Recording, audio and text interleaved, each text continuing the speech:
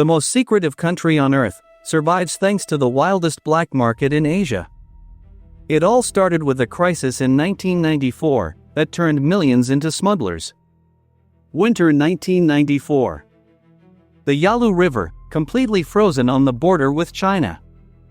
The scene was staggering, a woman dragging a canvas sack with 22 pounds of rice across the ice, while hundreds of shadows crossed in the dark, trading copper scrap for food. Welcome to Plexo. The collapse of the Soviet Union cut off the subsidies that kept North Korea afloat. The state ration system disintegrated in months. Factories stopped, and cities went dark. Between 1994 and 1998, a devastating famine known as the Arduous March swept the country, killing up to 3 million people. With the state doing nothing, citizens abandoned their assigned jobs and started selling their belongings. That's how the Jangmadang were born, informal markets where everything from corn to bicycle parts was traded. What started as desperate survival became the country's real economic engine. Today, these markets control food distribution. Married women, exempt from working in state enterprises, became the main traders, upending traditional family structures. The regime, unable to feed its people, tolerated this capitalist explosion. In the dirt alleys, cash replaced ration cards.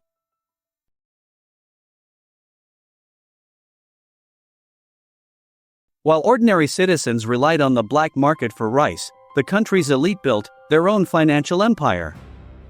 In 1972, Kim Jong-il, then preparing his rise to absolute power, founded a secret organization to secure his economic control over the state. With his trademark bouffant hair and dark sunglasses, the future leader signed the creation of the feared Office 39. This entity, secretly housed on the third floor of the Workers' Party Central Building in Pyongyang, was born with a single goal: generate foreign currency to fund the ruling elite's lavish lifestyle and the missile program. Office 39 operates like a massive multinational corporate conglomerate, but without the legal constraints of international trade. At first, they used diplomatic pouches to move illicit goods around the world. The contents were incriminating: heavy pinewood crates sealed with diplomatic immunity crossed European customs loaded with solid gold bars, counterfeit $100 bills known as superdollars, and vacuum-sealed packets of high-purity methamphetamine. Ambassadors acted as smuggling mules. Today, intelligence agencies estimate this global network rakes in over $1 billion every year. With that cash, the regime imports sanctioned luxury goods, from Swiss watches to armored Mercedes-Benz vehicles, systematically bypassing Western authorities and proving that international borders don't exist for them.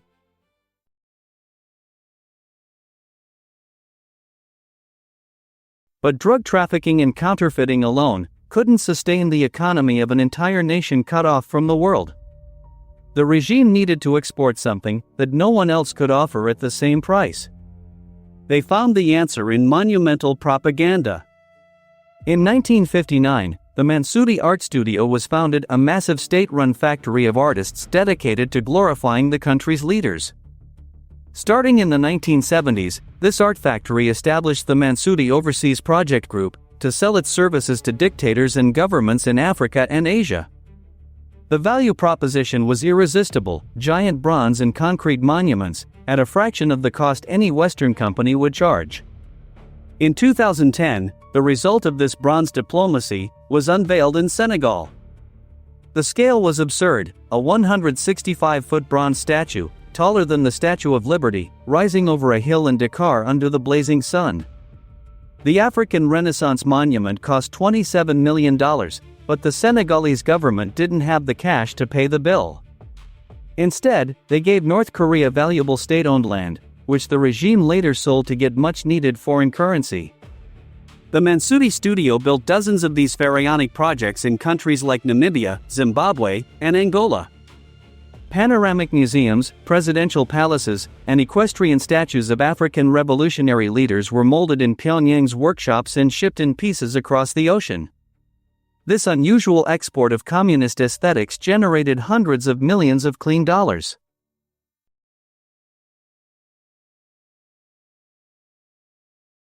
Despite the income from monumental art, the real lifeblood of North Korea's economy was always coal.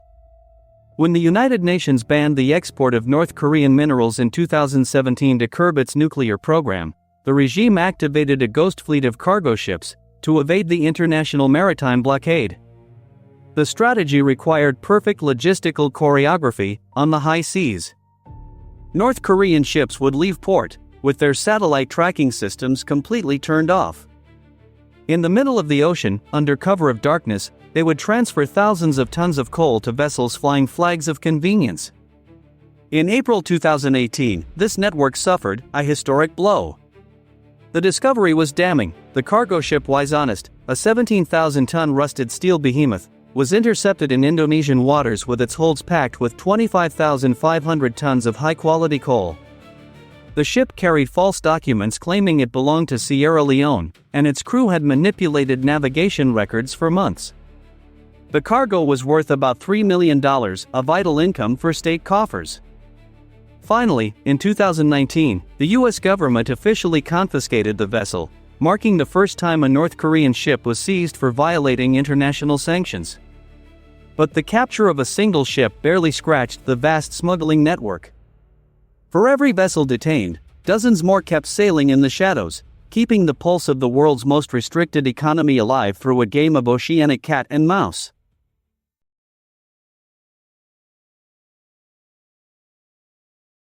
With sea routes watched and ports under satellite scrutiny, North Korea moved its fundraising machine to the digital battlefield. The regime trained thousands of math prodigies, isolating them completely from the outside world, to turn them into elite cyber soldiers. That's how the feared Lazarus Group was born, a state-sponsored hacking syndicate that redefined financial theft on a global scale. In March 2022, this group pulled off one of the most audacious heists in financial history. Their target, the Ronin network, a tech bridge used by a popular crypto video game. The hackers sent sophisticated fake job offers to the company's engineers, infiltrated their internal systems, and seized control of the validation keys.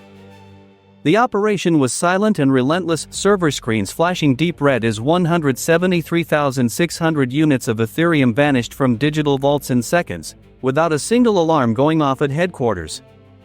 6 days later, when developers reviewed their accounting records, they discovered with horror that $625 million was missing. The Lazarus Group quickly laundered the stolen funds through crypto mixers, sending the money to weapons labs in Pyongyang. This assault proved that a country with no access to the traditional banking system could extract massive wealth from the decentralized financial ecosystem.